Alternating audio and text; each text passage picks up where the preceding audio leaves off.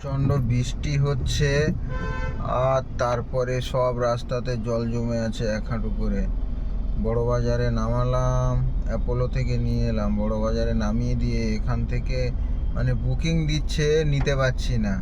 কি হচ্ছে মানে পিক আপ করাটাই মুশকিল ব্যাপার হয়ে যাচ্ছে। আর বড় বাজার মানেই তো মানে একদম পুরো জ্যামে জ্যাম, তো পুরোটাই জ্যাম। এখান থেকে খালি গাড়ি নিয়ে আমি হাওড়া স্টেশন বেরিয়ে যাচ্ছি, কেননা এখান থেকে পিক আপ করতে পারবো না। 1.5 কিলোমিটার মতো আমি খালি গাড়ি নিয়ে বেরিয়ে যাচ্ছি। তো এখান থেকে বেরিয়ে গেলাম রাস্তা দিয়ে, এই যে রাস্তার মানে রাইটটা নিয়ে নিলাম এমজি রোড।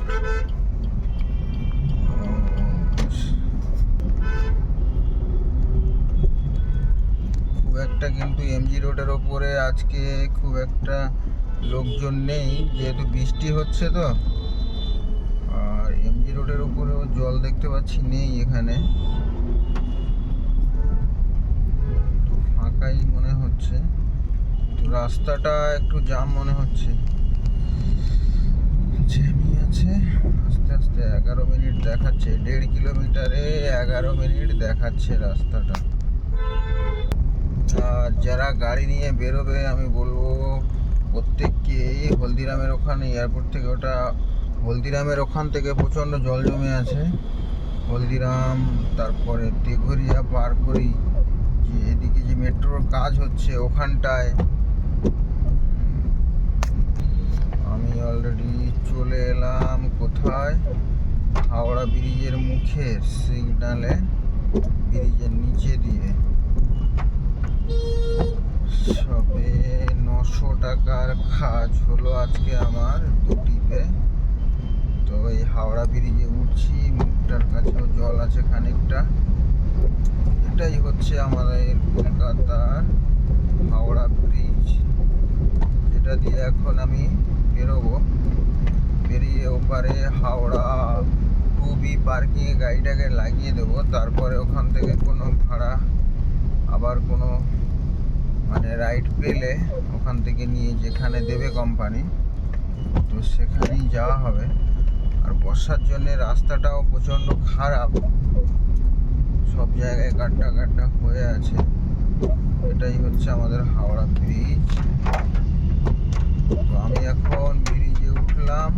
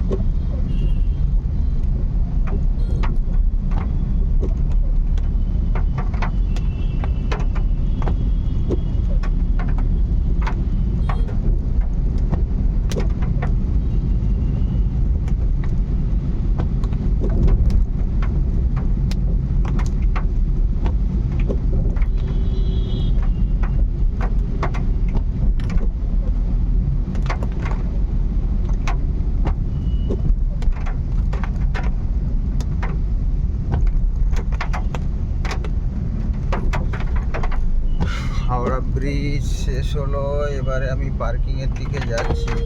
আর সব থেকে বড় কথা হচ্ছে, আমি যে কাস্টমারটাকে এখন নিয়ে এলাম ইনড্রাইভে, কাস্টমারটা আমাকে একটা 500 টাকার নোট দিল।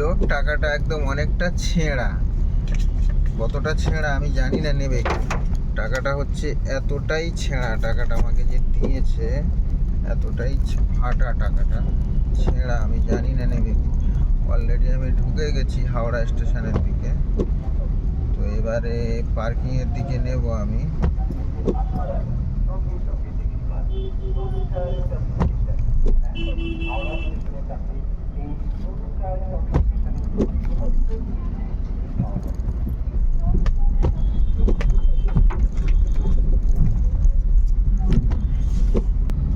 এই হচ্ছে ঢুকে গেলাম হাওড়া পার্কিংয়ের মুখে, সিগন্যালটাতে।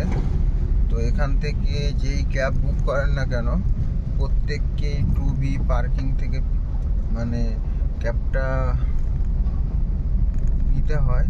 তো আমি এই পার্কিংয়ের মুখে ঢুকে গেছি অলরেডি।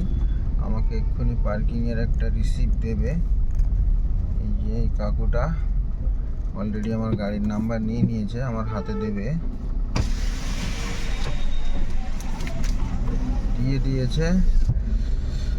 এই হচ্ছে 2B পার্কিং।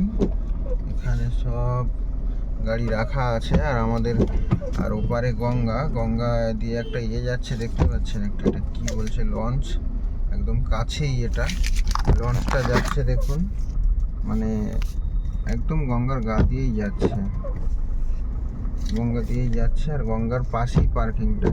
তো এখানে আমি অলরেডি লাগিয়ে দিয়েছি গাড়িটা, এই দেখতে পাচ্ছেন কতগুলো গাড়ি সব এখানে আছে।